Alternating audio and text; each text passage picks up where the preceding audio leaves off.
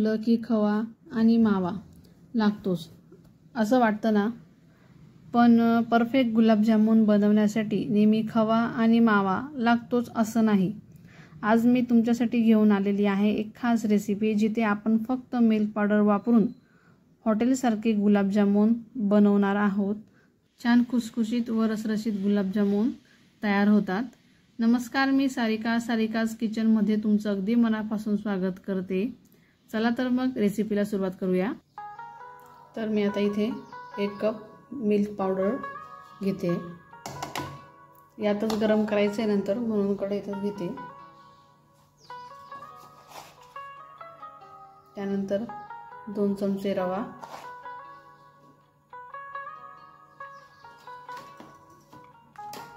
आता हे मिक्स करून घ्यायचं आहे।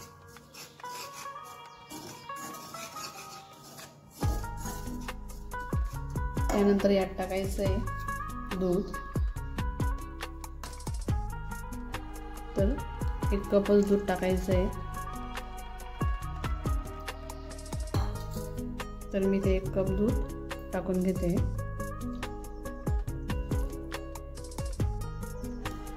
आता हे पुन्हा एकदा व्यवस्थित मिक्स करून घ्यायचं आहे। हे गरम करून थंड केलेलं दूध मी ते घेतलेलं आहे।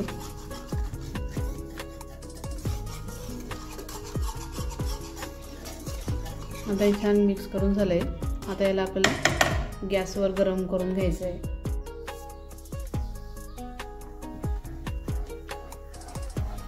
याला असंच चमच्याने हलवत राहायचं आहे। हळूहळू ते घट्ट होत जाईल। त्यानंतर यात 2 चमचे तूप टाकून घ्यायचं आहे।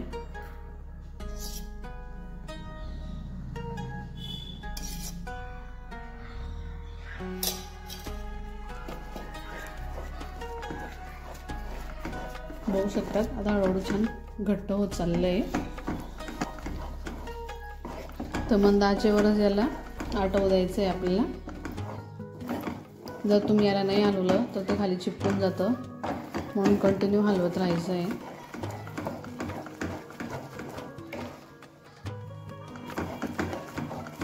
छान घट्ट होत चाललं आहे। याला अजून आटवू द्यायचं आहे। पूर्ण कोरडं करून घ्यायचं आहे आपल्याला याला। आता हा खवा छान घट्ट झालेला आहे, अजिबात कडेला चिपकत नाही आहे। याचा अर्थ तुमचा खवा तयार आहे। तर मी एका याला प्लेटमध्ये काढून घेते। तर याला गार व्हायला ठेवायचं आहे। तर खवा गार होतोय तोवर आपण गुलाबजामुनसाठी लागणारा साखरेचा पाक बनवून घेऊ। तर मी आता इथे 1 कप साखर घेतलेली आहे। तोच 1 कप मी पाणी घेतलेलं आहे। जेवढी साखर तेवढं पाणी घेतलेलं आहे। तर याला छान मिक्स करून घ्यायचं। त्यानंतर त्यात मी 1 वेलदोडा कुटून टाकलेला आहे। तर साखर फक्त आपल्याला वितळवून घ्यायची आहे।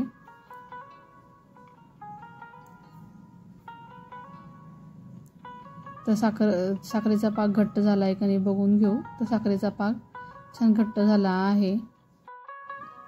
खवा तयार झाला आहे, हे कसं ओळखायचं? आता हा गुलाबजामुन एक तयार करून बघायचा आहे। जर याला तडे पडत असतील तर हा तुमचा खवा कच्चा आहे। तर आता याला एकही तडा पडलेला नाहीये, याचा अर्थ आता हा तयार आहे। पण जर तडे पडत असतील तर त्याला परत 2 ते 3 मिनिटं शिजवून घ्यायचं आहे। ह्या असा तळा पडला तर हे डायरेक्ट गुलाबजामुन बनवून जर तुम्ही तळले तर ते तेलामध्ये फुटून जातील, तेलात वितळून जातील। तर त्यासाठी आपल्याला काय करायचं आहे, तर मी याला अगोदर खव्याला ताटात काढून घेते।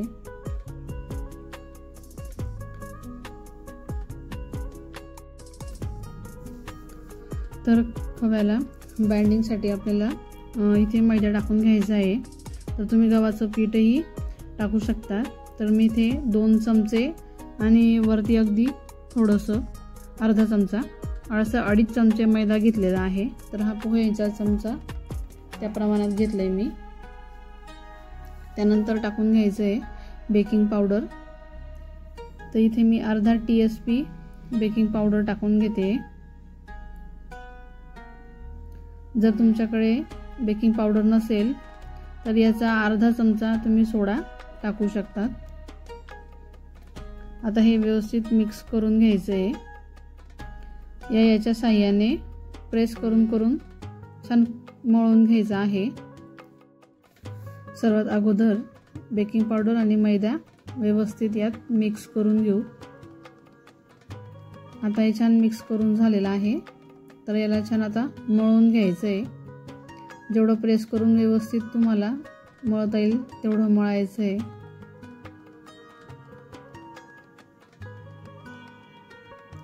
खवा त्यानंतर छान सॉफ्ट होत जातोय।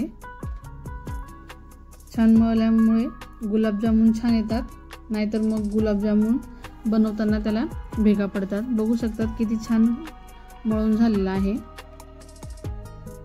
तर आता याचे गोळे तयार करून घेते।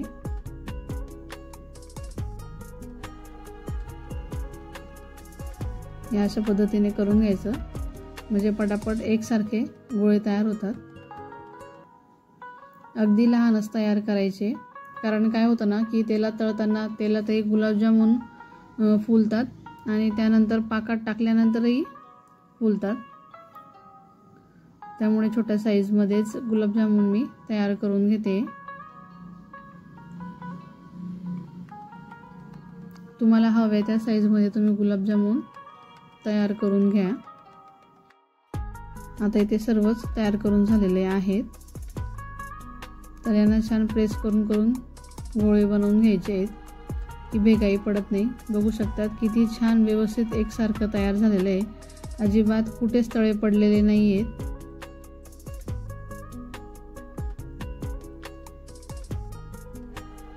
तर मी आता सर्वच गुलाबजामुन बनवून घेते।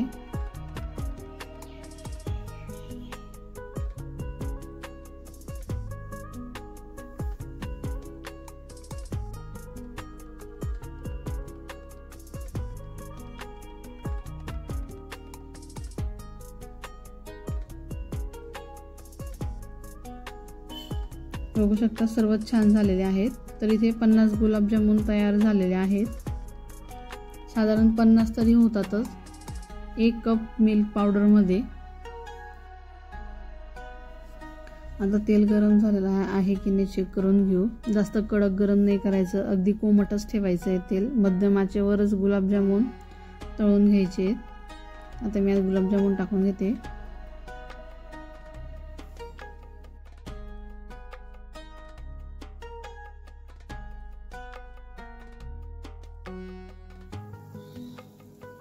बघू शकता छान फुगलेले आहेत गुलाबजामुन।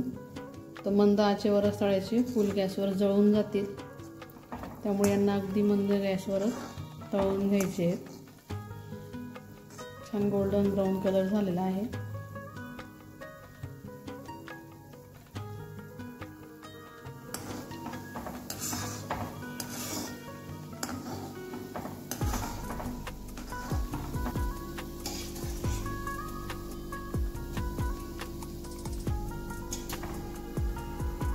आता मी सर्वच गुलाबजामुन तळून घेते आणि मग नंतर गार झाल्यावर पाकात टाकून घेऊ।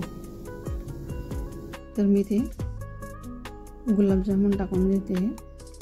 तर तुम्ही ही रेसिपी नक्की ट्राय करा, नक्की गुलाबजामुन बनवून बघा, नक्कीच सर्वांना आवडतील, मुलंही आवडीने खातील। आता हे व्यवस्थित मिक्स करून घ्यायचे, पाक व्यवस्थित लागायला हवा।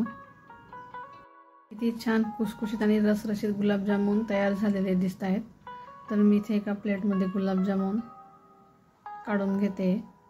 तुम्हाला ही रेसिपी कशी वाटली ते नक्की कमेंट करून सांगा। व्हिडिओला लाईक करा, शेअर करा आणि चॅनलला सबस्क्राईब केलं नसेल तर प्लीज चॅनलला नक्की सबस्क्राईब करा। तर किती छान सॉफ्ट रसरशीत तयार झालेले आहेत। फक्त मिल्क पावडरने हवे तेव्हा बनवले जातात, बाहेरून खवा न आणता।